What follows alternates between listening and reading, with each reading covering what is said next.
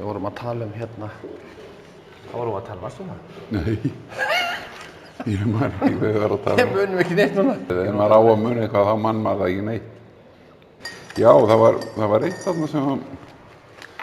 þarna sem við ætluðum að kannski að fara í gegnum hérna. Það er skemmtilegt að gera það. Hvað? En greinast hérna Jón Steinar Skúlason. Já. Hvar er hún? Hún var á hvað í fyrir. Var hann ekki að fjalla þar íslenskt dómskerfi eins og hann hefur verið að gera mestu leyti? Já. Hann er auðvitað löngu búinn að fatta það að dómskerfi á Íslandi er ekki dómskerfi, það er ákvörðunarvald og geðþóttu sem ræður þar en ekki raunveruleg lög. Það var að tala stjórnsýsluna. Einhver sem var var búinn að taka ákvörðun þá hélt málið áfram hjá því óæðra, sko.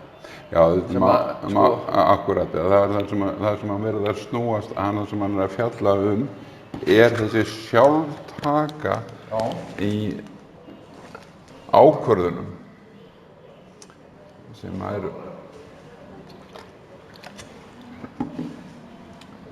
er þessi sjálftaka í ákvörðunum sem skiptir svo miklu máli þarna.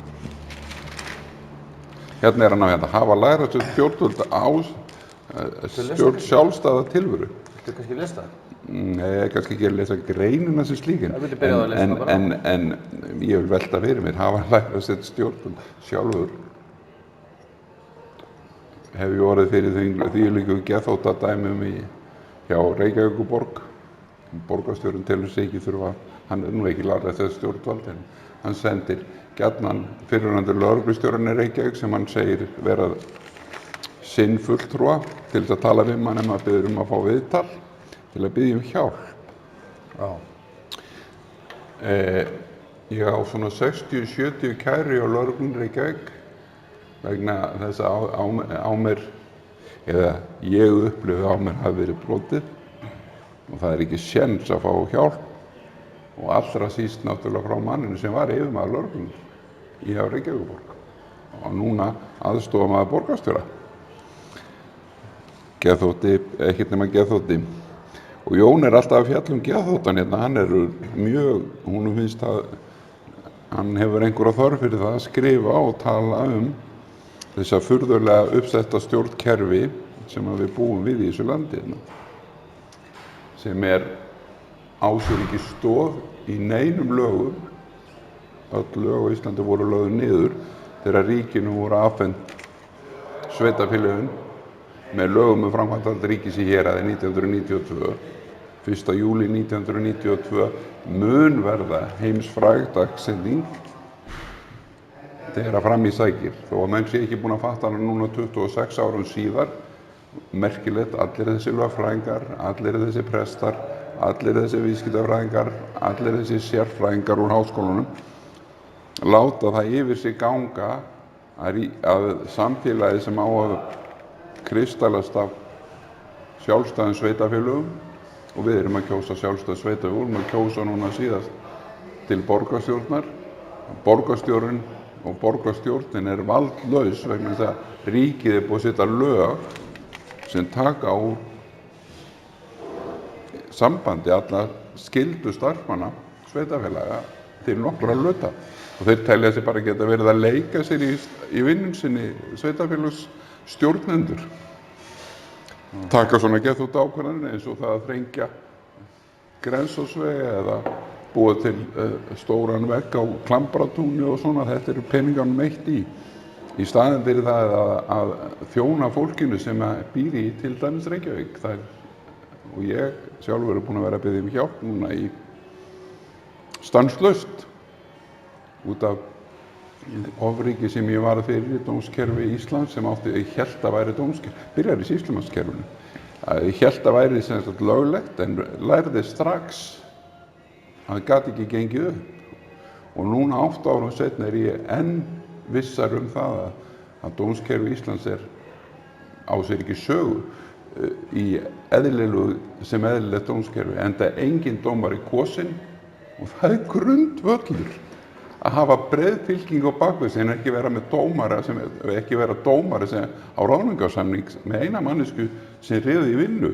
Vinnin, kannski.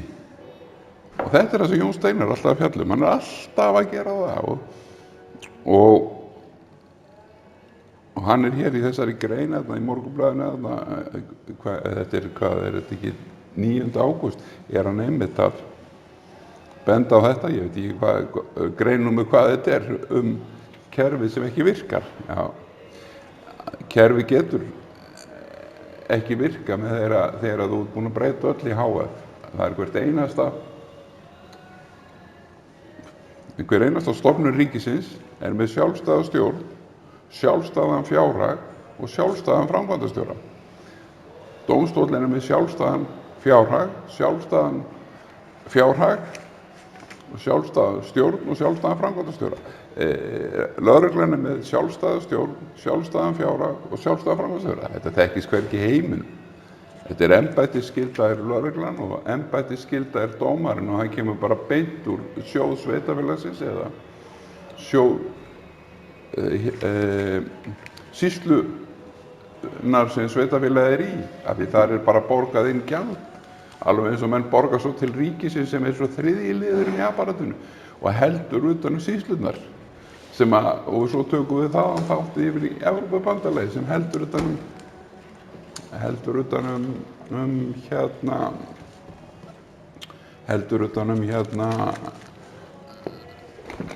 þau lönd sem eru í Evrópubandalaginu og býr til reglur fyrir það sem menn eru búin að semja að taka upp. Þeir eru ekki skyldur að taka það, bara búið að semja að taka það upp. Annaðhvort ertu í félagsskap og þá tekur upp það reglur sem félagið ákveður eða ert ekki í félaginu og þá tekur ekki upp neitt. En á Íslandi þá er ekki fundist réttlát málsmeðferð, eða allavega ég hef ekki upplifað það og það getur aldrei talist réttlát málsmeðferð að vera 77 ferðir réttarsal út á hjónaskilnaði með gildan kaupmála. Af því þú ert að koma með þessar bækur Bjargar Thorarensen upp og það eru bestu bækur lög sem ég hef séð á Íslandi. Það eru 2 stjórnskipunarréttur og mannréttindi fyrir bókinu hennar og stjórnskipunarréttur undirstöður og handhafa ríkisvalds. Seinni bókin kemur úr 2015 og hún er einhver best skrifaða lagabók sem ég sé. Og ég búinn að lesa mikið af þessu og vera á mörgum fundum og fylgjast mikið með til þess að reyna að halda lífi í þessu furðulega samfélagi síðustu 8 ár. Og þú ert að láta mig lesa upp eitthvað úr eða einhverja pælingar úr þessum bókum Bjargar, að þá í raun og veru hægt að opna það hvar sem er. Það er allstaðar það sem hún lýsir hvernig þetta á að vera en segir svo þetta er nú bara ekki framkvæmt svona á Íslandi. Þetta er nú eiginlega hefur verið mikið kvartað undan þessu eða það hefur verið rosalega mikið kvartað undan þessu. Þetta segir konan í öll lög sem hún fjallar í bókum sínum sem ég var að nefna. Ríkisstjórn og ráðherrar einn til dæmis kafli. Það segir nú alveg skýrt í sambandi við ráðherrann að það borgar sig ekki fyrir þingmann að vera ráðherra líka. Af því hann gerir alla með þingmenn á þinginu ábyrga fyrir störfum sínu sem framkvæmdastjóri. Hann er framkvæmdastjóri og alls ekki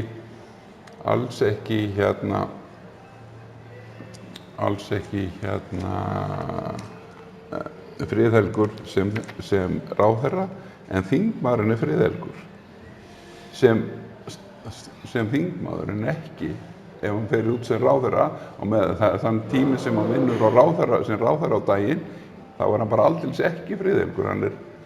Hann er bara framkvæmdastjóri og við þarfum að bera ábyrgð á öllum gjörðum og ef hann ber ábyrgð á því að framkvæma misþyrma borgurunum með gjörningum eins og það að vera með dómskerfi sem hann réði sjálfur í vinnu. Allir dómarar sem koma að mínu máli voru með ráðningarsamning mjög margir frá Ögmundi Jónasyni, hann var mjög merkilega margir af því að komu nú 20 dómarar að Jónaskilnaðinum hjá mér. Mjög margir eru að voru með það, en sumir voru með frá Hönnubitnum. Hanna Birna er með ábyrgð á dómarunum heima hjá sér núna, þessum fólki, þegar hún er með fjárhagslega ábyrgð á þeim. Þó hún trúi því ekki sjálf, og Ögmundur Jónasson er líka. Ögmundur Jónasson er búinn að skilja það, hann bara trúir því ekki. Að hann ber fjárhagslega ábyrgð á öllum sem hann skrifaði réði í vinnu til að vera dómarar. Og þetta á saman við sýslumennina, því að sýslumaðurinn er ekki kosinn. Þá er hann algjörlega ólöglegur til þess að sjá hjónaskilnaði, giftingar, barnaforræðismál, þinglýsingar, enda fjallar hann í bók sinni, Þorgeir Ölfusson, hann fjallar nú í bók sinni þinglýsingar og réttarreglur. Þar fjallar hann sýslumennina og segir að þetta sé, frá 1. júlí sé þetta framkvæmdarvald sem þinglýsi. Áður hafi þetta verið dómsákvörðunarvald og þú getur ekki breytt dómar á einni nótt yfir í lögvald, það gerir enginn og það gerir enginn með ákvörðun, þetta er kosningadæmi. Og réttlát málsmeðferð kemur hann með hérna, Kristján er að hérna koma fram með réttláta málsmeðferð sem er í fyrri bók Bjargar. Sjálfur hef ég aldrei fengið réttláta málsmeðferð hjá einum einasta manni síðustu 8 ár sem eiga á að heita starfsmaður minn í íslensku stjórnkerfi. Það er alveg saman hvort ég kem að starfsmönnum Reykjavíkurborgar, starfsmönnum Kópavogs, starfsmönnum ríkisins, starfsmönnum Alþingis, starfsmönnum dómstóla, dómurum, lögreglu. Ekkert af þessu hefur veitt það sem segir réttlát málsmeðferð. Því réttlát málsmeðferð er bara málsmeðferðin sem við höfum milli okkar allra sem aðila, sem einstaklingar í samfélaginu. Þetta er engin geimvísindi, þetta er bara, það er verið að tala um bara það siðferði sem er á milli okkar í þjónustu. Ef að þú þiggur að með kaup sem skattgreiðenda og segir svo nei, ég ætla ekki að hjálpa þér, eins og Tryggvi Gunnarsson, umboðsmaður Alþingis, bráðfyndinn einstaklingur, sem sagði við mig, lögin mig, banna mér Arngrímur að hjálpa þér. Ef þau banna mér að hjálpa þér, ef að lögin Tryggva Gunnarsson eða umboðsmann Alþingis, hann situr í starfi sem kallað er umboðsmann Alþingis, ef að þau banna hann megi hjálpa mér, Arngrími, þá er að banna þeim örugglega að hjálpa öllum öðrum.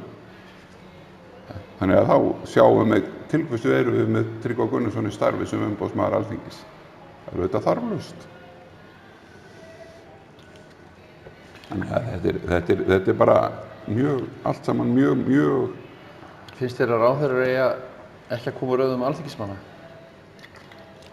Það er betra fyrir alþingismennina sjálfar að ráðherrann kom ekki. Og betra fyrir ráðherrann líka að vera ekki alþingismaður. Það er ekkert sem bannar þetta, en það er heldur ekkert sem leyfir þetta. En það segir hins vegar að ef að menn myndir nú kunna að lesa, en það virðist nú vera PISA-vandamáli í stóru stíl á Íslandi.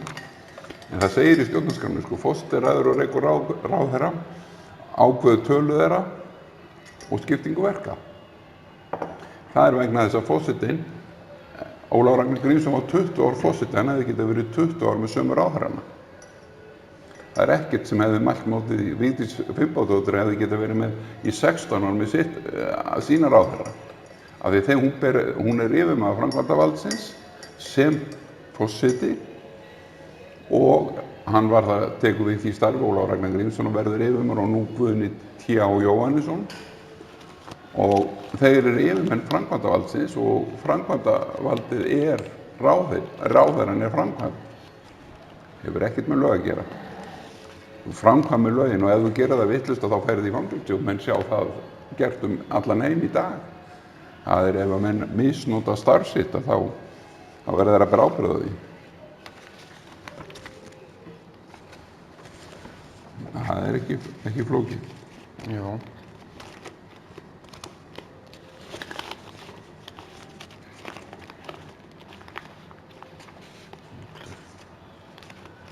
Varst þú eitthvað inn í þessu Varst þú eitthvað inn í þessu máli hjá Jóa? Varst þú ekki búinn að kynna þetta eitthvað? Nei, ég ekki búinn að kynna mér. Ertu að meina Jóhannes Þór Hilmarsson? Nei. Það nú, sjáðu, þetta mál er náttúrulega rugl og rauninni ekkert annað en rugl. Maðurinn borgar upp lán hjá Íslandsbanka en fær ekki pappírana fær ekki frumskjölin. Og svo fer hann í mál og er búinn að eyða fleiri milljónum í mál núna síðan 2011 að reyna að fá skjölin og þeir segja nei, við þurfum ekki til að láta hafa neins skjöl. Við þurfum ekki að gera neitt. Starfsmennirnir segja þetta. Og svo fór þetta mál fyrir Hæstarétt og Týnduðu skjölunum? Var þetta ekki sögðust ekki að hafa sent þetta í pósti? Já, þeir segjast að hafa sent það í pósti, en ég meina póstur, þeir bera að senda eitthvað í pósti gerir enginn. Það gerir það ekki nokkuð maður. Að senda fremlega skuldaskjöl í pósti, akkur er þetta ekki það? Var ekki að senda greiðslunni í pósti líka bara? Já, væntanlega hefur það verið hægt. Ég veit ekki hvað hann gerði í þeim efnum, ég veit það ekki. En málið var það og svo fer þetta mál fyrir Hæstarétt og eyði þetta milljónum. Lögfræðingurinn, og þetta er samningsmál í öllum tilfellum, þetta er úrskurðarmál. Hvaða mál er þetta aftur? Mál nummer 55-2 frá 2017. Veit ég hvað það er? Þetta Hæstaréttarmál? Já. Og auðvitað vísaði Hæstaréttur þessu frá því að það var auðvitað ekki hægt að taka á þessu. Þeir eiga bara að skila skjölunum og það sem fellin í við Hæstaréttarmálflutningin var að lögfræðingur Jóhannesar sem er kona, hún gerði ekki fjárkröfur á hendur starfsmönnum bankans vegna tjónsi sem Jóhannes er búinn að verða fyrir og konan hans eru búin að verða fyrir út af því að fá ekki skjölin, af því þau eru búin að reyna að fá þau og það er búið að henda milljónum í lögfræðikostnað, milljónum og Varstu vísað frá vegna vanreifunar? Hvernig var það? Það var vísað frá vegna vanreifunar þar sem ekki kom fram nein fjárkrafa bætur vegna tjóns, það var ekki tjónalýsing. Það var tjónalýsing en hún var bara ekki, lögmaðurinn gleymdi að setja inn, já, ég með þennan kostnað minn, orðin 10 milljónir, 20 milljónir og 100 milljónir eitthvað. En Jóhannes er búinn að eyða í þetta svona 10 milljónir. Og hann er ennþá fær hann ekki bréfin, hann fær þau ekki. Hann er búinn að borga þessi skuldabréf? Já, búinn að borga þau. En hefur ekki fengið frumrit af þetta? Nei, fær ekki frumritina. Og bankastjórinn... Hvað eru þessi frumrit? Það veit ég ekki. Ég starf ekki í þessum banka og myndi aldrei gera. Íslandsbanki er það sem að þarna á hluta máli, menn að starfsfólki er ábyrgt fyrir þessu. Starfsfólki þurfa bara að borga og það er næsta sem Jóhannes gerir, hann mun fá sér bara erlenda lögmenn. Og svo gerir hann bara kröfu på 1 milljarð eða eitthvað, þetta var 30 milljón krónur skuld eða eitthvað. Hann gerir bara kröfu på 1 milljarð, þetta er búið að vera svo fíflalegt á starfsfólki, persónulega. Já, það er ekki það sem er að fara að gerast næst, í staðan fyrir að fara í bankana, þá fara mann í starfsfólki. Þú ferð ekki alltaf í starfsmanni. Forseti Íslands núna, Guðni TH, Ólafur Ragnar Grímsson og Vigdís Finnbogadóttir munu út á skilnaðarmáli Arngrímsar Pálmasonar sem fór 77 sinnum í réttarsal og áður hefur verið fjallað í lesið inn á Facebook. Þá munu þau lenda í glæpadómstól Sameinuðu þjóðanna í Haag. Ég mun kæra þetta sem glæp gegn mannkyni þar sem ég er fatlaður maður og hef enga þjónustu fengið og niðurbrotið algjört þar sem menn tóku sér saman 20 dómarar á móti kaupmála og þetta berja mig niður. En hefur enginn haft samband við þig í kerfinu? Enginn í kerfinu haft samband við fyrrabræði. Samt ertu búinn að senda tölvupósta og Facebook-pósta? Ég er komið með sennilega 2 milljónir tölvupósta sem ég er búinn að senda síðustu 5 árin. Af því ég sendi það út allan heim líka. Og þetta er fáránlegt og að halda það að vera Dagur Eggertsson og halda það að hann sleppi líka, hann fer sömu leið og þar sem hann yfirframkvæmdastjóri Reykjavíkur og það Jón Gnarr sem ætlaði að vera með góða innivinnu, létta innivinnu. Hún verður kannski létt hjá honum þegar hann þarf að borga kostnaðinn sem henni fylgir. Vegna þess að það auðvitað fólki ber ábyrgð sem framkvæmdastjórar Reykjavíkur og framkvæmdastjórar ríkisins og síðan af því að þessir ágætu menn að þeir setja ráðherrann út úr Alþingi, þá alþingismennirnir 63 ábyrgir fyrir félögum sínum. Þeir ábyrgir fyrir klúðri forsætisráðherrans, forsetans, fjármálaráðherrans og allra annarra ráðherra. Hvað segja það við þig þú hefur samband við þá eins og... Æ, gangið vel argumentin, það er það sem menn segja við mig að hafa sagt alltaf gangið vel. Er enginn sem getur gengið í málið? Nei, þeir vilja freka. Já, og svo fyndi við þetta líka náttúrulega eins og mitt mál. Þetta var nú, byggðist nú upp á þetta bara venlegt hjónaskilnaðarmál með kaupmála. En í búinu voru miklu skuldir af því að voru margar húseignir sem var verið að leigja út. Og af því voru borgaði skattar og skyldur eins og vera ber og þannig að þetta var í rauninni bara fyrirtæki. Það fyrirtæki var stoppað með skiptastjóra í 5 ár og hann átti að taka við búin að borga reikninga og gera en gerði ekki. Ég fekk alla reikningana. Ég var að fá stefnuvotta heimtími fram á til 10 á kvöldin og þess vegna er mér friðhelgi heimilisins mjög ofarlega í huga núna því að það búið að brjóta hann svo svakalega og ég búinn að læra svo svakalega hvað hún á að vera. Og þess vegna hlægi ég bara að þessum persónuverndar stefnum eins og skemmtilegt ég átti Davíð Gíslason, hann rekur fyrirtæki einn af 5 innheimtuklúbbum sem hafa verið á eftir mig núna í 8 ár. Sá innheimtuklúbbur heitir Momentum og hann líka og Gjaldheimtan. Og ég var að tala við hann núna í síðustu viku, Borga. Og var ég búinn að taka eftir því að núna eftir að nýju persónuverndar tilskipun Evrópubandalagsins og þá nýju persónuverndarlögin íslensku sem standast ekki tilskipunina. Þeir breyta allir tilskipunni, þeir bara eyðileggja hana, bara þvæla að hann búinn að setja neðst á reikningana að þú getur séð persónuverndarstefnu Momentum og Momentum.is. Ég gat ekki hann að sagt þetta við hann og ég sagði ég bara ætla að fara að hlæja, fór að hlæja og sagði þegar ég var að tala við hann þetta og ég held afi minna því hann virkilega trúir í að þetta sé hægt að setja bara persónuverndar-stefnu. Það vill þannig til að lög landsins eru skrifað fyrir mig sem einstakling og það allir alþjóðasamningar skrifað fyrir mig sem einstakling eða alla aðra sem einstaklinga, fyrirtæki eigingan rétt. Þannig að mér kemur persónuverndar stefna Momentum eða Motus eða lögheimtunar, það annar klúbbur, eða Ólafs Gústasonar, það 3. klúbburinn. Þessi klúbbar eru búin að vera eftir mér þarna með fjölda lögfræðingi vinnu við að brjóta niður fatlaða mann sem hefur marglýst yfir vanmætti sínum ekki vegna eignaskorts, nóga penningum, bara fastir í steini. Og það vildi enginn hjálpa mér að leysa steinin og markaðurinn, hann tók bara ekki, keypti ekki húseignirnar og ekki alveg búinn að því ennþá, þeim hefur nú samt fækkað, búið að selja margar, en síðast eftir. Og það bráðfyndi við þessar húseignir, á sama tíma vantar húseignir í Reykjavík fyrir Reykjavíkur borg og undir fyrirtæki hennar sem eiga að gæta að því að fólk sé ekki á götunni.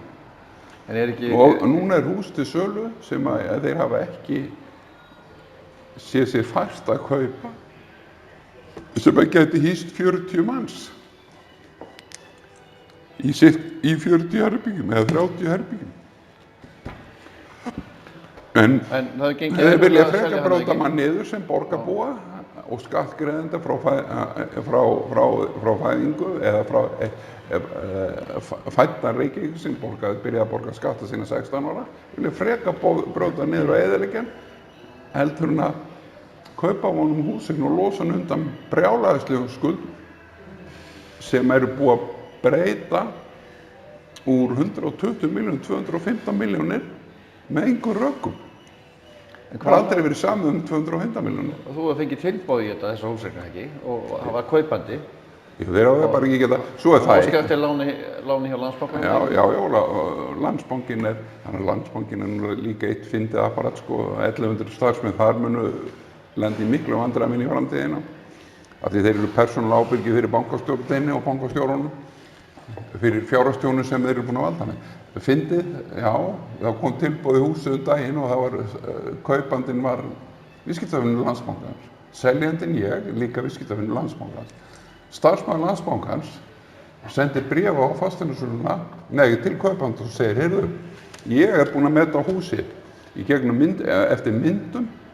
Við hérna á Landsbankanum getum kannski lána 110 milljóna, en samt er verð á húsinu alltaf hátt. Það kom þeim það við hvað verð var á húsinu. Þessi 2 Landsbanka viðskiptavinir voru að leita eftir viðskiptum á. Bráðfyndi kerfi, rugl, algjörlega. Og sjálfur mun ég flytja til Danmerkur eftir 3 ár og ég mun fá danska dómstóla til þess að sækja 200, það eru núna 210 milljarðar sem að þeir munu sækja til íslenskt samfélag út af baráttu tjóni sem er búið að valda mér. Þannig að verðmiðið minn er hár vegna þess að ég er búinn að reyna og gráta. Einhver að setja sig í lífið, fara í spór mín síðustu 8 ár. Sofandi ekki á nóttinni fyrir áhyggjum hvernig ég ætti að redda morgundeginn. En okkur hefur enginn viljað semja við þig. Eru þeir að rækta kröfur? Hvað er það að gera? Hver er tilgangur í það? Hver er tilgangur? Ég get ekki svara hver tilgangur er. Ég held að illvilja er kannski ekki endilega það sem er að í íslensku samfélagi, heldur heimska. Það er búið að taka úr samband allar rökhugsun hjá öllum einstaklingum í þessu landi og það er búið að setja allir þegar fólk getur labbað í gegnum Ísland síðustu 26 ár og sér að ekkert virkar, alveg saman hvað það er allt ónýtt, skólakerfi ónýtt, vegirnir ónýttir, heilsugæslan er ónýtt, spítalarnir virka ekki, ekkert virkar og allir horfa á hver og annan og segir, nei, þetta er ekki mitt mál. En allir vilja fá hækka kaup og það er náttúrulega bara heimska og ekkert annað sem þarna ræður. Já. Það er ekkert nema heimska sem þarna ræður. Og hún er takmarkalaus og lögin sem Vigdís Finnbogadóttir, þess vegna mun Vigdís Finnbogadóttir lenda fyrir alþjóða glæpadómstólnum, af því hún skrifar undir lög þar sem hún afhendir íslenska ríkinu 170 sveitarfélög og leggur niður á sama tíma 170 hreppstjóra sem hétu hreppstjórar í litlu hreppunum og voru úrskurðarvald og eru í öllum öðrum löndum úrskurðarvald. Núna komið undir og hétu borgarfógetar í Reykjavík og hétu bæjarfógetar í minni bæjum. Lagði þetta allt saman niður í einu lagi, eina kvöldstund, 1. júlí 1992 og upp kom þetta furðulega sýslumannskerfi sem er bara framkvæmdavald, alveg eins og dómskerfið er bara framkvæmdavald. Dómskerfið hefur aldrei farið að lögum, ef þið lesið dóma þá er þetta bara, og farið bara inn í Jón Steinar. Og aftur getum lesið hann. Hann er alltaf að sjá þetta og Áslaug Björgvinsdóttir líka. Hún sér þetta skrifa mikið Facebook dóma sem er ekki, af því hún nær ekki utan textagerðina. Það er ekki hægt að komast á dómsniðurstöðu nema að hafa úrskurð og þeir lögðu niður 1. júlí 1992 170 hreppstjóra. 170 hreppstjóra sem voru með 3 nöfn á Íslandi. Í Bandaríkjunum er samnöfnarnir á þessu county sheriff og í Danmörku þá kallast þetta allt saman amtmenn og í Noregi þá er þetta fógeti og í Svíþjóð er þetta krónufógeti og í Bretlandi high commissioner og í Póllandi heitir þetta prokurator og í Júgóslavíu prokurist. Fleiri lönd veit ég ekki nöfn á þessu sko, en þetta er alltaf sama valdsviði sem er úrskurður í heimahéraði áður en að farið í dómstól. og þú getur ekki farið í dómsal nema úrskurð. Þú býrð ekki til úrskurð í dómsal, dómarinn er dómari, og það merkilega við þetta líka að frá því 1992 þegar þessi furðulegu lög og þessi furðulegi gjörningur átti sér stað að ríkinu var afhent öll sveitarfélög á Íslandi og öll sveitarstjórnarábyrgð, að þá eru 3 merkir lögmenn búin að skrifa bækur efann úrskurðarvald dómara. Og þeir sem hafa skrifað bækur, Dr. Gunnar Schram, hann skrifaði strax bók sem efinn úrskurðarvald dómara, og Lárus Blöndal, hann enn starfandi lögmaður, hann skrifaði, og ég held Viðar Már Matthíasson, hann skrifaði líka efinn úrskurðarvald dómara. Auk þess Jón Steinar Gunnlaugsson búinn að skrifa 3 bækur, og Pétur Gunnlaugsson á Útvarpi Sögu skrifaði bókinu Utan marka réttlætis strax 93, af því hann bara sá að þetta gekk ekki upp, þetta dómskerfi, og það var strax 92. En hvað með lögin sem var breytt þetta, eins og nauðungarsölulögin, aðfararlögin, einkamálulögin? Jón Steinar Gunnlaugsson, þú ert að fjalla þessi lög. Það merkilega við Jón Steinar Gunnlaugsson hefur fjallað mikið bæði framkvæmdin í dómsal og líka nefnd. Hann spyr alla Íslendinga sem hann, öllum fundum sem hann kemur, og ég flestum bókunum hans margtalað með spurningu: þekkir þú réttarfarsnefnd? Þú ert að tala aðfararlögin, nauðungarsöluna, uppboðslögin, að þá spyr Jón Steinar Gunnlaugsson þig, Kristján Elíasson, þekkir þú réttarfarsnefnd? Þá segir þú kannski nei. Þá segir Jón við þig: já, það nú þannig að réttarfarsnefnd, hún textagerir öll lög Alþingis, textagerir í verktöku öll lög sem skrifuð hefur á Alþingi, og það frá 1989 þegar hún stofnuð. Mismunandi aðilar hafa verið dómarar, oftast sem eiginlega mega samt ekki vera með aukastarf, hafa verið í þessari nefnd. Ertu að tala Markús? Ég að tala Markús, hann stofnaði, Markús Sigurbjörnsson, sem lengst af satt sem forseti Hæstaréttar og var fyrir forseti Lagadeildar Háskóla Íslands, að hann stofnaði þessa réttarfarsnefnd árið 1989. Og eina fyrstu skrifum réttarfarsnefndar er skrifuð þessi furðu lög það að ríkið, framkvæmdarvald ríkis í héraði, þar sem að ríkinu er afhent sveitarfélögin í heilu lagi. Öll 170 þá. Ef við myndum taka upp sömu stjórnarskipun í dag, þá væru 70 sveitarfélag. Það var kosið til 72 sveitarfélaga núna í sveitarstjórnarkosningu núna síðast. Það búið sameina svo mikið síðan 1992.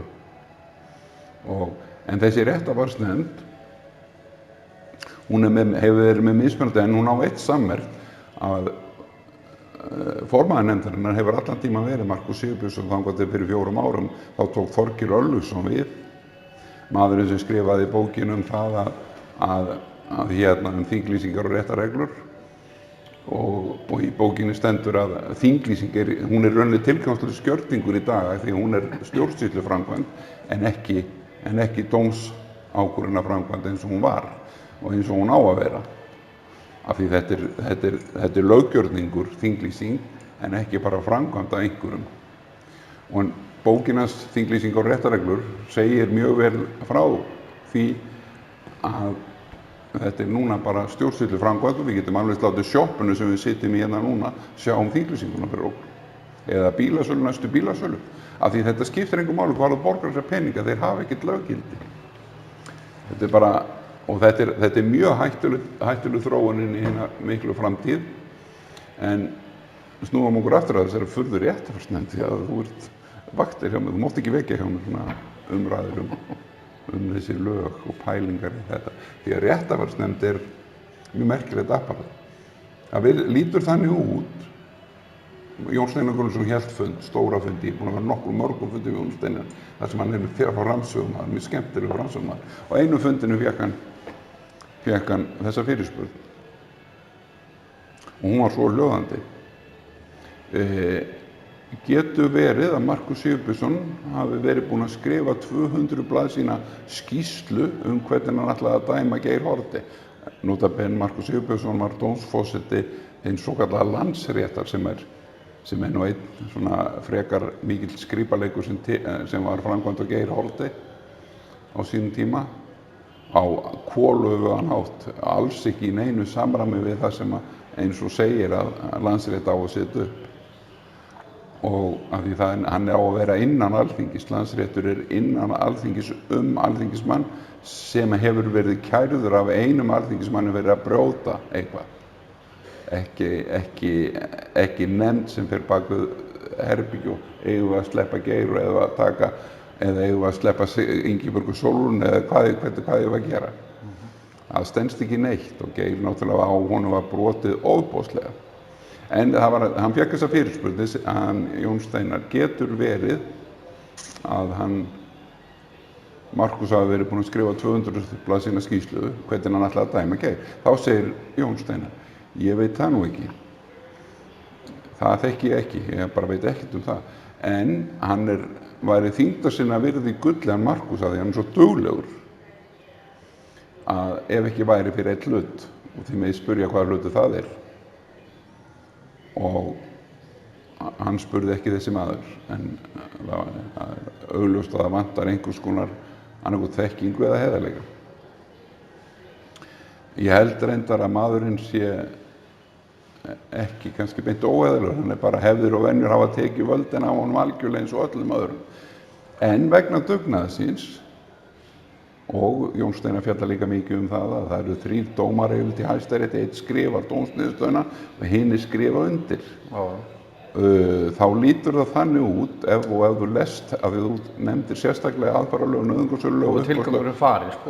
Bitta aðeins, þú nefndir sérstaklega nauðungarsölulög, uppboðslög og aðfararlög og þetta, einkamálalögin allt saman, þá bendir, ef þú skoðar þetta, og út frá þessu sem Jón Steinar segir, hann er svo duglegur maðurinn og að hann er búinn að vera í réttarfarsnefnd síðan 1989, þá bendir ýmislegt til að hann sé eini maðurinn sem skrifar lögin.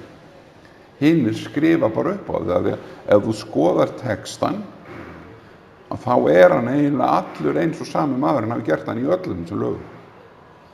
Og þá er þetta þannig að með öll lög, lögreglulögin til dæmis er eitt stórfurðulegasta apparat sem maður hefur horft á, af því að lögreglulög nr. 90 frá 96 er eitthvað sem ég myndi hvetja alla Íslendinga til að lesa. Það er bara einfaldlega stórkostlegur lesning, af því að þar segir að lögregla megi velja sér verkefni eftir eigin vali. Og ef hún má velja sér verkefni eftir eigin vali, hvaða verkefni á hún að velja, hvað á hún að sleppa? Og hvernig getur hún greint að hún kemur ekki á staðinn? Og svo er líka, segir líka í þessum ágætu lögreglu, hún skal vera stjórnvöldum til aðstoðar. Það þýðir að hún er alltaf hlutdræg. Hún kemur aldrei á einasta stað í þessu landi öðru sem að gæta hagsmuna annars aðilans eða eins aðila. Þannig að það stenst ekki neitt. Í venjulegum samfélögum er þetta lögreglumál sveitarstjórnarmál. Það voru lögreglusamþykktir Reykjavíkur og það voru lögreglusamþykktir Kópavogs og þær þurfti ekki endilega að vera samhljóða. Miðla lögreglulög standist ekki neitt. Og þetta er alveg saman eins og með lögum dómara. Það er líka svona, þetta er svona hagsmunagæslu upptalning og menn þurfa ekki að sýna fram á það réttarsala með hvorki ráðningarsamningi eða kosningi, kjörbréf eða nokkuð skapar, ekki eins og setja nafnið sitt á borðið þegar þeir eru að dæma fólk. Þetta er ekki til í heiminum. Í tengslu við, af því að þú ert að tala um lögreglulögin, hvað með rannsóknir, kærur og slíkt? Getur eitthvað sagt okkur frá þessari, hvernig það var flokkað kærunar? Ég hef ekki fengið neinar flokkun, ég hef með 60-70 kæru á lögreglunni sem ég sagði það og það er ekkert verið flokkaðar, það er málið, það er bara ekki svaraði. Og það ágætt að málið það alþjóðalögreglan, alþjóðadómstóllinn mun bara, alþjóðaglæpadómstóllinn, hann færi þessi skjöl bara öll í fangið. Þeir hafa ekki farið í afgreiðslu, maður sést máliðin hafa ekki farið í afgreiðslu. Nei, það verður ekki verið afgreitt eitt einasta mál. Og þú veltir ekki bréfum að málinu sem lokið eða það hafi verið rannsókn? Nei, ekki eitt einasta. Og það ekki, þeir bara leiða manni. Og það ég meina, fólk sem á vinnulaunum hjá manni sem skattgreiðanda og svo notaði lögfræðingar til þess að innheimta hjá manni skattana. Enga lögfræðingar út í bæði. Var ekki einhver starfsmaður sem var að flokka kærur? Var ekki verið að velja út hvaða Ég þekki bara ekki kerfi, ég þekki ekki kerfi innan hos hjá lögreglunni. En þeir vísað á, þeir sagt að séu í dag 4 að 5 menn í kærudeild og að það séu 2000 eða 3000 kærur sem bíði. Þannig að það kemst aldrei niður, kæra kemst aldrei í gegn á Íslandi, það ekki hægt að kæra annan mann að það búið að taka það úr sambandi. Áður fyrir og í venjulegum þjóðríkjum að þá lögreglumaðurinn sem kemur á vettvang, sem alltaf fyrsta málið ef að menn get ekki náð sáttum sín á milli, þá það best að ringja í lögregluna. Það best að fá grunnskýrslu og hann á svo að reyna að sætta málið. Þetta ekki rifrildismál. Allt sem gerist af þessari jörð á að vera sátt. Þetta sáttarmál, ekki. Var það ekki tekið úr, þetta með sáttaaðilum sín tíma? Já, það var, ég meina, jú, það var það sem skeði þegar ríkið tók við öllum hreppum á Íslandi, að þá lögðu menn niður sáttaskilduna. Það voru 400 sáttanefndir á Íslandi, starfandi í fleiri 100 ár, og þær hættu allar störfum 1992, 1. júlí 1992. Og þær hættu allar, hver einasta. Og það bara, þetta kerfi sem að menn settu upp, ég meina, og það einn maður sem búinn að texta gera þetta kerfi vegna dugnaðar. Hann búinn að texta gera þetta kerfi og hann situr mjög gjarnan í lögin, sekta má og taka má og svo ráðherra ákveður. Og þá ætla ég að segja þér, þegar þú situr alþingismaður sem lyftir upp hend og samþykkir lög sem stendur og ráðherra ákveður, hann að samþykkja það, hann ekki að samþykkja lög, hann að samþykkja leyfi til þess að það megi bara einhver sem situr í ráðherrastól, hann heitir Jón í dag eða Guðrún á morgun, að þá bara í ákvörðunar Jóns. Þetta sást svo vel þegar menn voru að hamast með biðflokk og nýtingaflokk á þinginu í 2 mánuði 2016 að vori. Þá sást alveg þessi vitleysa ráðherra ákveður, ráðherra var búinn að ákveða að sitja í nýtingaflokk, svo kemur þessi ráðherra sem var að berjast fyrir því að taka úr nýtingaflokk og sitja í biðflokk, tók 2 mánuði að berjast og það var engin niðurstaða á þinginu, en verið að eyða vinnutíma fjölda þingmanni að tala með þetta fram og tilbaka. Þetta algjör vitleysa, þetta bara, lög eru fastar reglur. Það geta aldrei verið lög ef það eru ekki fastar reglur og þetta eru leiðnireglur fastar. Þess vegna stjórnarskráin frá 1944, það tók 4 ár að semja hana, ekki vegna þess að sé einhvern vandamál að semja stjórnarskrá. Það ekki. Málið það bara svo erfitt að finna rétta textan sem á við alla.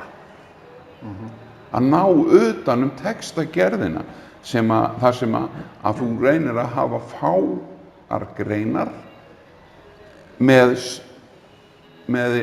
texta sem allir skilja. Það miklu erfiðar og nýja stjórnarskráin sem var búin til að stjórnlagaþingi stjórnarskrá ágætisplagg og skemmtilegt að lesa hana. En við erum að segja, ef hún hefði verið tekin upp, þá voru það að segja okkur úr öllum alþjóðasamningum. Vegna þess að hún var alls staðar, það var pínlítið, þetta málamiðlunar texti, hann var pínlítið af einum og pínlítið af öðrum sem sátu á þessu þingi. Það var allt málamiðlun og við getum ekki notað, því miður getum við ekki notað málamiðlun í, það verður að vera fast í textanum, ef hann á að vera lög. Annars hann ekki lög og verður bara að þvæla og við sjáum alveg afraksturinn af því með geðþótta skrifum að því að menn ætla að vera dómarar en þeir hafa engin skjöl til þess að dæma af því það aldrei komið með úrskurð af því hann var lagt niður úrskurðarvaldi, þannig að það aldrei komið með, ég þarf aldrei að verja úrskurðin eða þú að sækja hann, þú óánægður með hann eða ég rosalega ánægður með hann, þú vill láta hann endur úrskurða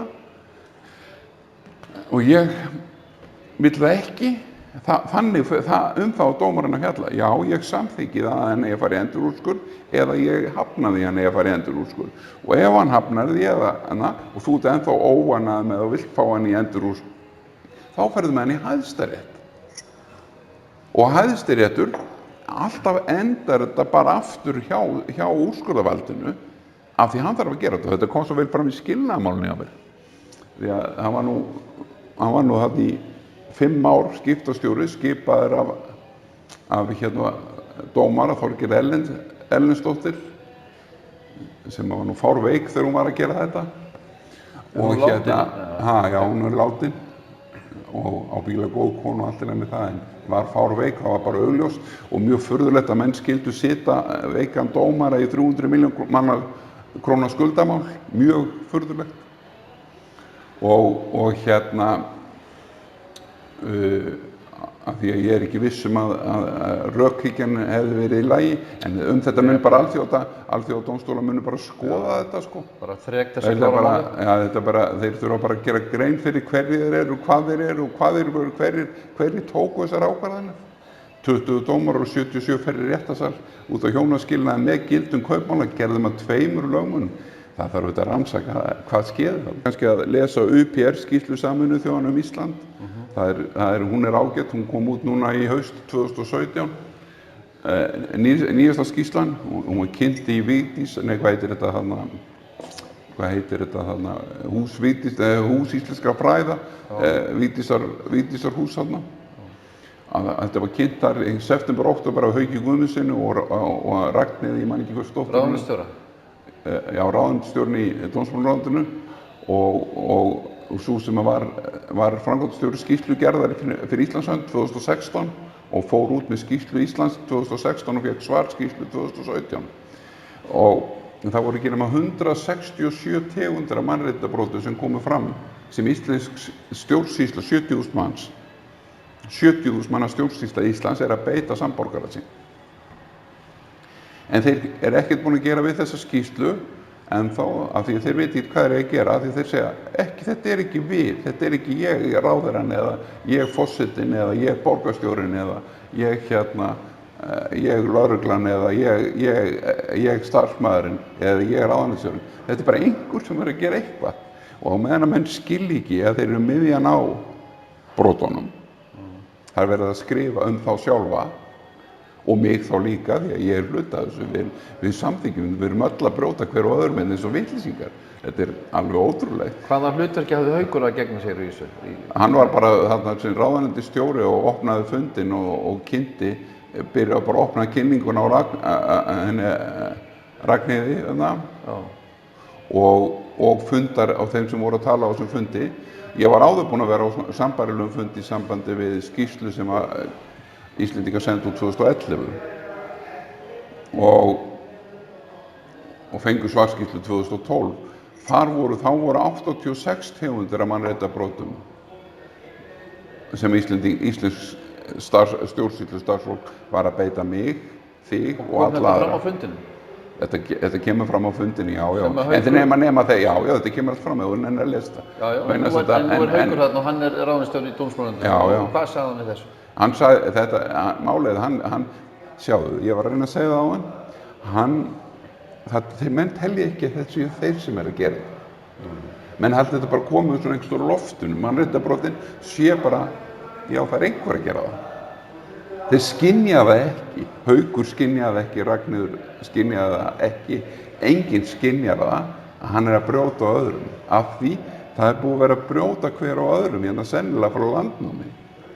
Þetta er bara þessi mjög sérstaka einræti hroki, mannfyrirlitning og sem hefur ráðið allstaðar og þá fattar ekki það er verið að þú sérðu það er verið að skrifa þig en þú sér það bara ekki. Já. Eða Haukur sá það ekki og forsetinn, hann heldur til dæmis að hann sé friðhelgur og allt það, en hann skilur ekki ábyrgð sína og borgarstjórinn, ég meina, Jón Gnarr sagði ég ætla að fá mér þægilega innivinnu og hann skildi ekki ábyrgð sína.